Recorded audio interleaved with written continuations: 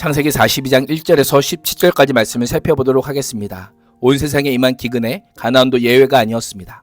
애굽 땅에 엄청난 식량이 보존되어 있다는 소식이 온 땅에 알려지자 야곱은 엿 아들들을 애굽으로 보내 곡식을 사오게 합니다. 형들은 총리가 된 요셉을 알아보지 못하지만 요셉은 형들을 알아보고 요셉은 형들을 정탐꾼으로 몰아세우며 가나안 가족의 안부를 묻고 3일간 감옥에 가두어 형들의 변화를 시험합니다. 1절에서 5절은 애굽으로 내려간 요셉의 형들입니다. 당시 기근 애굽뿐 아니라 가나안 땅에도 임했습니다. 야곱은 애굽에 식량이 있다는 말을 들고 아들들에게 너희는 어찌하여 서로 바라보고만 있느냐라고 합니다. 양식을 걱정하는 아버지와 달리 아들들은 서로 얼굴만 쳐다볼 뿐 아무런 조치도 취하지 않았던 것입니다. 야곱이 아들들을 책망하며 너희는 그리로 가서 거기서 우리를 위하여 사오라. 그러면 우리가 살고 죽지 아니하랴라고 재촉합니다. 야곱은 양식을 구하러 가는 일을 죽고 사는 문제와 연결시키며 당시 기근의 생명을 위협할 정도로 심각할 것이었음을 보여줍니다. 자신의 가족과 가축의 생명과 관련된 매우 중요한 일이었기에 종들을 보내지 않고 아들들을 직접 보낸 것입니다. 요셉의 형 10명이 곡식을 사러 애굽으로 내려갑니다. 한두 명도 아닌 10명까지 간 것은 몇 가지 이유가 있었을 것입니다. 장거리 여행에서 당할 수 있는 여러 위협으로부터 자신들을 보호하고 70명이라는 대가족이 먹을 수 있는 많은 양의 곡식을 구입해야 하고 당시 기근이 주변 나라에게 모두 퍼졌기에 애굽에서는 1인당 곡물 구매량을 제한두었기 때문이었을 수도 있습니다. 야곱은 요셉의 아우 베냐민만은 형들에게 딸려 보내지 않았습니다. 베냐민이 늙어서 얻은 아들일 뿐만 아니라 사랑하는 아내 라헬이 베냐민을 낳다 죽었기에 다른 아들들보다 그를 특별히 더 사랑했을 것입니다. 또한 라헬이 죽은 이후 요셉에게 집중되었던 야곱의 각별한 애정이 베냐민에게 옮겨졌을 것입니다. 자신의 의지와 달리 사랑하는 라헬과 요셉까지 잃었기에 베냐민은 자기 통제 아래 두어야 지킬 수 있다라고 생각했던 것입니다. 5절은 애굽의 양식을 살아간 자들을 요셉의 형들이나 야곱의 아들들이 아닌 이스라엘 아들들로 묘사하므로 애굽으로 양식을 구하러 가는 것이 하나님의 구속 역사요 하나님께서 야곱에게 약속하신 말씀이 이루어지는 한 과정임을 강조합니다.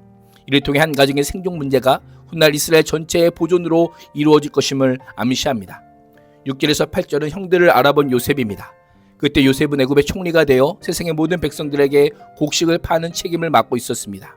총리란 지배하다, 통치하다는 뜻을 가진 동사의 명사형으로 주권자, 다스리는 자란 의미입니다. 총리란 명칭은 바로가 요셉에게 애굽을 다스리기 위한 절대적인 통치권과 강력한 행정 권한을 위임해 주었음을 알려줍니다. 고대 세계에서 최강국이었던 애굽의 총리 요셉이 직접 곡식을 팔거나 곡식을 사는 사람들이 일일이 접견하는 것은 쉽지 않았을 것입니다. 실제로 곡식 판매는 여러 지역에서 많은 신물자들을 통해 수행되었을 것입니다. 그러나 곡식 매매에 대한 모든 결제는 총리 요셉의 주관하에 진행되었을 것입니다. 요셉의 형들이 요셉 앞에 나와 땅에 엎드려 절을 합니다. 오래전 요셉이 꾸었던 꿈을 상기시킵니다. 절함이란 단어는 요셉의 꿈 이야기에 나오는 절하더이다와 같은 단어로 형들이 요셉에게 절하는 것이 우연이 아니라 하나님께서 요셉에게 주신 꿈이 이루어짐을 강조합니다.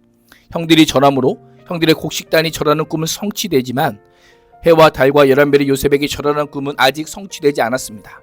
아버지와 동생 베냐민이 오지 않았기 때문입니다. 형제들이 절하는 장면을 본 순간 요셉의 마음이 어떠했을까요? 성경은 만감이 교차했을 요셉의 감정에 대해 일절 언급하지 않습니다. 요셉은 형들을 알아보았지만 자신의 신분을 드러내지 않고 모른 척합니다. 모른 체하다란 시침이 때다 가장하다 란 뜻으로 요셉이 순간적으로 남아 치밀한 계산하에 행동했음을 알려줍니다. 형들은 요셉을 알아볼 수 없었을까요? 형들의 손을 떠난 지 20년 이상 되었을 뿐 아니라 구레나루는 면도한 얼굴에 애굽의 머리 스타일과 복장을 갖추었기에 알아볼 수 없었을 것입니다. 무엇보다도 자신들의 신분과는 비교할 수 없는 대상 앞에 있었기에 감히 요셉을 제대로 쳐다볼 수도 없었을 것입니다. 요셉은 위세를 담은 엄한 말로 너희가 어디서 왔느냐라고 묻습니다. 엄한이란 거친, 혹독한, 포악한이라는 의미로 요셉은 형들에게 거칠고 가혹한 언어를 사용했던 것입니다. 형들은 가나안에서 곡식을 사러 왔다라고 대답합니다. 9절에서 17절은 형들을 추궁하고 시험하는 요셉입니다. 그때 요셉은 형들에 대하여 꾼 꿈을 기억합니다. 눈앞에서 벌어지는 상황을 보고 하나님의 섭리와 계획을 의식하였던 것입니다. 요셉은 형들을 이 날의 틈을 엿보러 온 정탐꾼이라고 몰아붙입니다. 틈이란 벌거벗음이란 뜻으로 군사적으로 취약하거나 노출되고 요새들이 허술하고 무방비한 지점들을 가리킵니다. 애굽은 지형학적으로 동서남북 어느 쪽이든 공격받을 수 있었습니다. 실제로 애굽은 당시 외세 특히 아시아 계통의 민족들로부터 늘 침략당한 위협을 안고 있었습니다. 특히 비상사태에는 외국에서 들어오는 나그네들에 대해 매우 배타적이었고 외국인에 대한 경계를 늦출 수가 없었습니다. 이런 상황에 요셉이 형제들에게 정탐꾼이라고 말한 것은 형들의 목숨을 취하겠다는 것과 같은 의미입니다. 예상치 못한 혐의를 받은 형들은 상황이 급박해지자 강력하게 부인하며 자신들을 종이나 신하처럼 낮추고 요셉을 내 주여라고 부릅니다. 스스로를 당신의 종으로 낮춰 부르며 우리는 공물이 사러 왔을 뿐입니다 라고 항변합니다. 10명이나 되는 인원이 왔지만 정치적이거나 군사적인 목적으로 정탐원자들이 아님을 증명하기 위해 자신들이 자라온 배경까지 털어놓으며 우리는 한 사람의 아들들입니다 라고 대답합니다. 그러자 요셉은 단호하게 그들이 이 나라의 틈을 엿보러 온 자들이라고 주장하며 압박합니다. 이에 형들은 자신들이 그저 평범한 백성임을 증명하기 위해 가족관계를 상세하게 밝힙니다. 자신들이 12형제인데 막내 아들 현재 아버지와 함께 했고 다른 하나는 없어졌다라고 합니다. 요셉의 형들은 자신들이 요셉을 미디안 상인들에게 팔아 넘겼으면서도 아버지 야곱에게 죽었다고 거짓말을 한 것처럼 애굽 총리가 자신을 팔아넘긴 요셉이라는 것을 알지 못하고 또다시 거짓말을 합니다. 형제들은 자세히 가족관계를 설명하려 누명을 벗고자 하였지만 오히려 그들의 부정직함이 드러나게 되고 이를 통해 요셉은 아버지의 야곱의 생존과 동상 베냐민의 무고함을 알게 됩니다.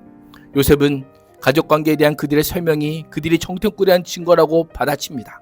거짓된 가족 정보가 그들이 밀정이라는 증거를 제시하고 있다라는 겁니다. 이에 요셉은 형들에게 진실을 증명하려면 막내 동생을 데리고 오라라고 말합니다. 막내 동생을 데려오지 않으면 여기서 한 발자국도 벗어나지 못할 것이다. 형제 중 한 명이 집으로 돌아가 집에 남아있는 동생을 데려오게 하고 나머지는 감옥에 가두어 두겠다라고 합니다. 만약 동생을 데려오지 않으면 바로의 생명으로 맹세하여 첩자라는 누명을 벗지 못하게 할 것이다 라고 합니다. 바로의 생명으로 맹세하다란 애굽 사람들이 맹세할 때 사용하는 관용적인 표현입니다. 바로는 애굽인들에게 있어서 신과 같은 절대적 존재였기에 바로에게 주어진 시적 권위는 애굽 사람들에게 맹세의 확실성에 대한 보증이 될 수 있었습니다. 요셉은 관용적인 표현을 넘어 총리로서의 건세와 그 명령의 확실성을 단언하고 있습니다.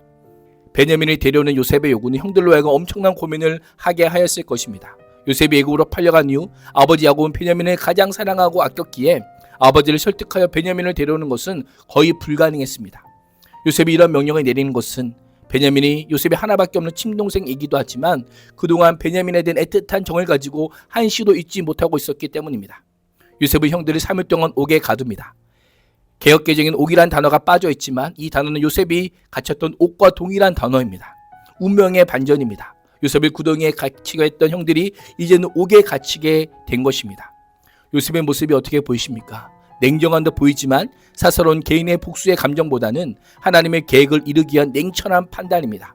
이를 통해 요셉은 베냐민이 애굽으로 이주온 것을 계기로 하여 아버지 야곱을 비롯한 모든 가족을 애굽으로 이주시키려는 계획을 가지고 있었던 것입니다.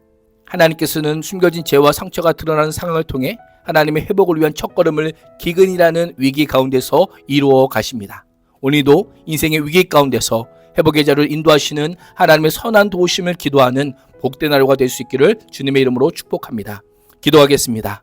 하나님, 인생의 기근 가운데서도 주님의 약속의 말씀의 성취를 믿으며 간절하게 하나님의 은혜의 손길을 구하는 삶을 살게 하여 주옵소서. 예수님의 이름으로 기도합니다. 아멘.